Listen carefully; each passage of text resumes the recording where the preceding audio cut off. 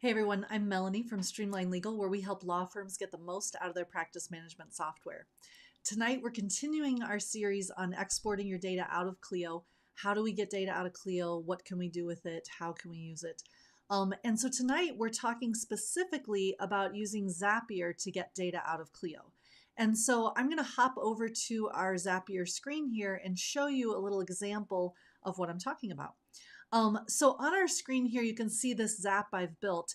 And basically what it does is when a task status is updated in Clio, so for example, somebody marks a task as complete, I'm filtering for only particular types of tasks and only when they're marked complete, not pending or anything else.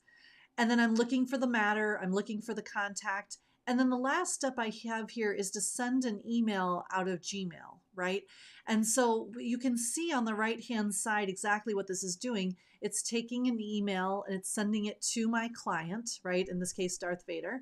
And if I scroll down, it's going to come from me and it's going to have a subject called status update, right? And again, remember, I'm filtering this only for particular tasks within Clio, right? So when a task gets checked off. And here's the body of my email. And this is what I'm talking about when I say getting data out of Clio. So the body of my email says, Dear Mr., and then I'm taking the last name of my client, right? And then I've got great news for you, your application for case number, and then the case number gets stuck right in there because that's in a custom field that I have in that matter. Their application has been approved. Here are the next steps, so on and so forth. And then again, I can use the responsible attorney name here to sign off on this email. Now, actually, I should probably change my Mr. to be the salutation for the title of the particular client. So if I go down here to I want to find that field. If I come down here to finding a person, that's where I located my client. And we have a title. His title happens to be Sith, of course, but we can say, Dear Sith Vader, right? Great news, your application for case number so-and-so has been approved.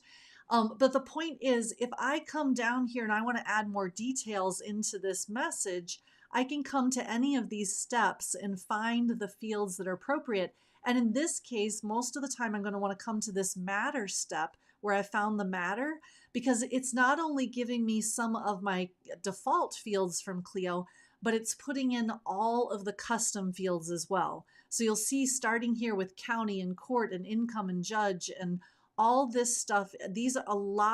Most of these are custom fields, right? The client's role, the courthouse. I can put in the courthouse and tell them to be at the courthouse.